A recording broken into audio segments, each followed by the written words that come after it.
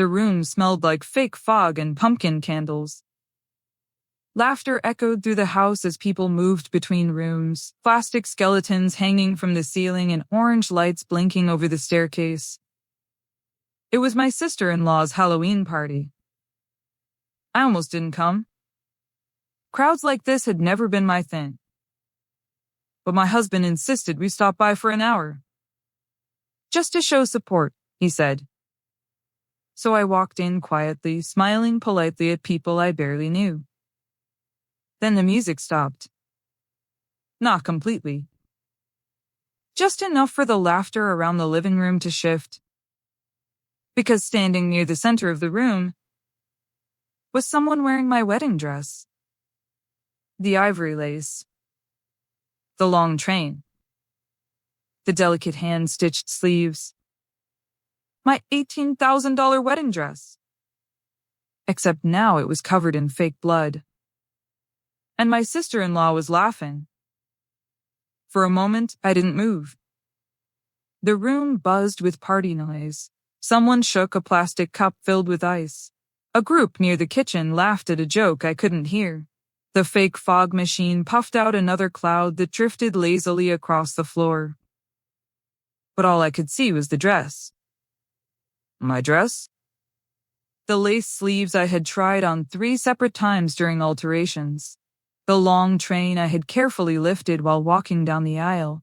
The delicate buttons that had taken my mother and maid of honor 20 minutes to fasten on the morning of my wedding. Except now it wasn't ivory anymore. It was smeared with red paint. Fake blood. My sister-in-law, Jenna, stood in the center of the room posing for photos. She held a plastic knife and tilted her head dramatically while someone snapped pictures on their phone. Zombie bride, someone shouted. The room laughed. Have you ever watched something meaningful to you become a joke for everyone else? I felt my husband step beside me. He hadn't noticed yet. Then he followed my gaze. And froze. Is that? He started quietly. Yes, I said. My voice sounded strangely calm. Jenna turned toward us at that moment. Her smile widened immediately. Oh, good, you made it, she said brightly. She spun once like a model showing off an outfit. Do you like the costume? The lace train dragged across the floor behind her. I could see a small tear near the hem where someone had stepped on it. The sight made something in my chest tighten. My husband took a step forward. Jenna, he said slowly, where did you get that dress? She blinked at him. Then shrugged. Oh, that, she said casually. She flicked a piece of fake blood from the sleeve. I borrowed it. Borrowed. The word landed like a stone. Because the dress hadn't been in our house. I had stored it carefully in a protective garment bag at my mother-in-law's place after the wedding. The preservation service was scheduled for the following month. Jenna must have gone into the closet and taken it. Without asking. Without thinking. Without caring. Why would you do that? My husband asked quietly. His voice had lost its warmth. Jenna rolled her eyes slightly. Oh, relax, she said. It's just a dress. Just a dress. Have you ever noticed how easily people dismiss things that never belong to them? She lifted the train again to show the fake blood stains. It was perfect for the theme, she added. Creepy bride. Someone nearby laughed again. My husband didn't. Neither did I. Because standing there in that crowded living room, watching strangers take pictures of something that once meant everything to me, I realized something. Jenna didn't think she had done anything wrong. And that realization was only the beginning of a much bigger problem. I walked closer to her. Slowly. Carefully. The music from the speakers kept playing, but the energy in the room had shifted. Conversations had quieted just enough for people nearby to notice what was happening. Jenna didn't seem to notice. She was too busy admiring herself in someone's phone camera. "Hold on," she said to the person taking pictures. "Let me fix the sleeve." She tugged at the lace. The same lace that had taken 6 months to be custom stitched. The same lace my grandmother had cried over when she first saw the dress. And now it was stretched and stained with red paint. My husband spoke first. "Take it off," he said. Not loudly, but firmly. Jenna looked at him like he had just asked something unreasonable.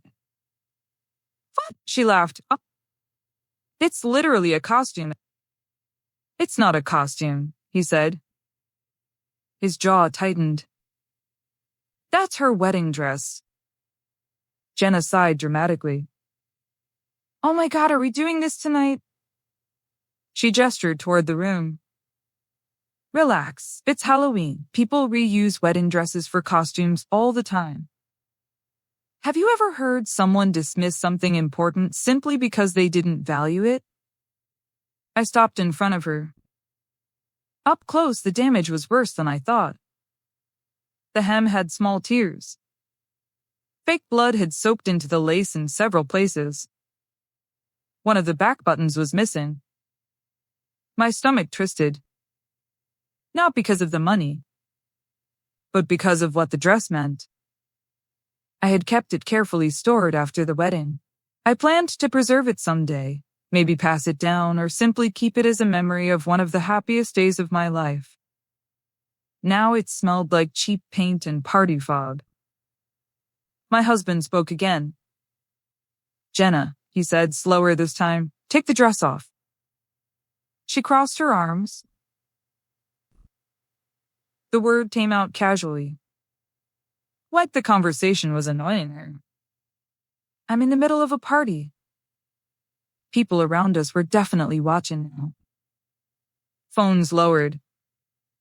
Music still playing. But everyone listening. My husband looked at her for a long moment. "You went into Mom's closet and took it without asking." She shrugged. "It was just sitting there." Then she added the sentence that made the room go completely silent. "If it was so important, maybe you shouldn't have left it where people could find it. Have you ever realized someone truly believes they're never wrong?" My husband inhaled slowly. I could see the moment his patience snapped. Because Jenna didn't just ruin the dress. She laughed about it. And that changed everything. For a few seconds, no one spoke. The Halloween music kept playing softly in the background, but the room felt different now.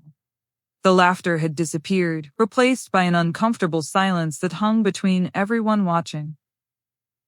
My husband looked at his sister the way someone looks at a stranger they suddenly don't recognize. "You think this is funny?" he asked. Jenna rolled her eyes. "Oh my God, Ethan, relax." She waved her hand as if brushing the entire situation away. "It's literally a dress. You guys already used it. It's not like she's wearing it again." Her words landed heavily in the room. Have you ever noticed how people reveal exactly who they are when they feel completely justified? My husband didn't raise his voice, but the change in his face was unmistakable. "Take it off," he repeated. This time there was no softness left in his tone. Jenna scoffed. "You're seriously embarrassing me right now." She turned to the small crowd nearby, expecting someone to laugh along with her. No one did. The party guests looked uncomfortable. A few quietly stepped away. The person who had been taking pictures slowly lowered their phone. Jenna's smile faded slightly. I realized something then. Until that moment, she truly believed everyone would be on her side. My husband stepped closer. If you don't take it off, he said calmly, we're leaving, and we're done helping you. Jenna blinked. What does that even mean? He didn't hesitate. It means the college fund Mom and Dad asked us to manage, the one we've been paying into for the last 3 years. Her expression changed instantly. You're joking, she said. I'm not. For the first time that night, Jenna looked nervous. Because my husband had been quietly contributing a large portion of money toward her tuition after their parents ran into financial trouble. Something he never bragged about. Something she clearly took for granted. Wait, she said quickly. You can't just threaten that because of a dress. My husband glanced once at the stained lace, then back at her. You already made your choice tonight. The room was completely silent now. Even the music seemed quieter somehow. Jenna's confident expression had disappeared. And for the first time since we walked into the party, she realized something important. This wasn't a joke anymore. Jenna stared at him. For the first time that night, the confidence on her face cracked. You're seriously threatening my future over a dress, she said. My husband didn't react to the accusation. Instead, he looked around the room slowly, taking in the fake cobwebs on the walls, the half-empty drink cups on the table, the phone screen still pointed toward us. Then he looked back at her. I'm not threatening anything, he said quietly. I'm just pretending this kind of behavior is normal. The room felt smaller suddenly.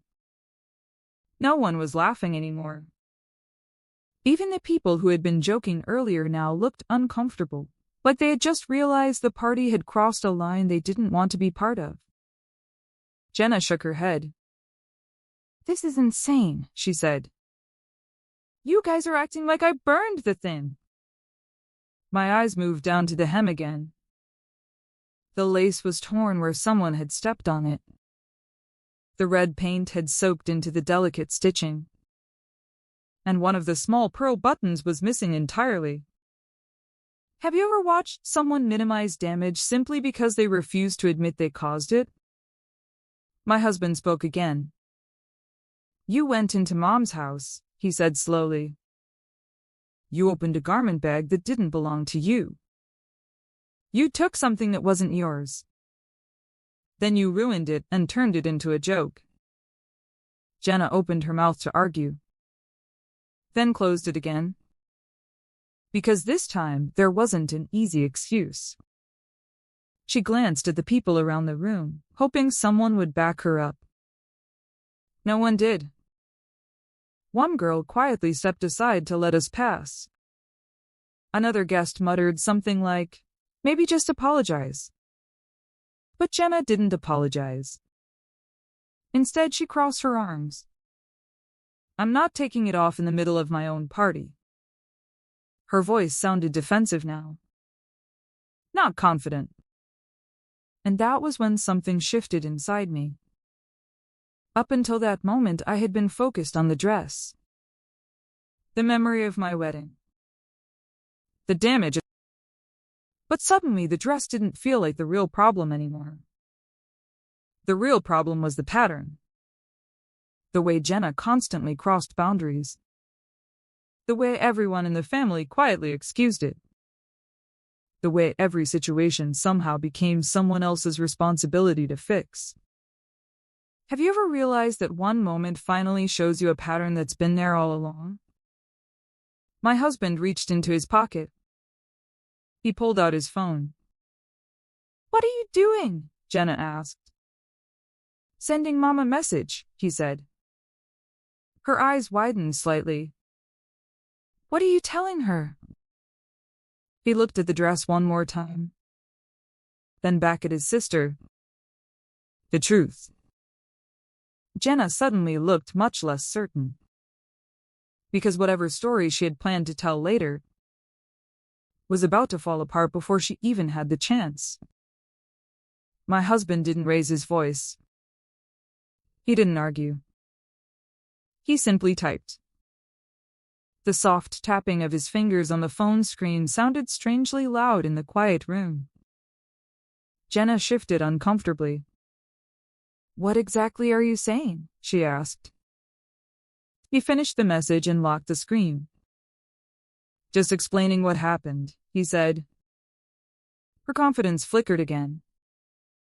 Because the one thing Jenna relied on most was controlling the story after the fact. She was used to telling a slightly edited version of events before anyone else had the chance. But tonight that chance was gone. Have you ever watched someone realize the narrative they planned to spin is slipping out of their control? She tried one last attempt to brush it off. "You're seriously going to start family drama over a Halloween costume?"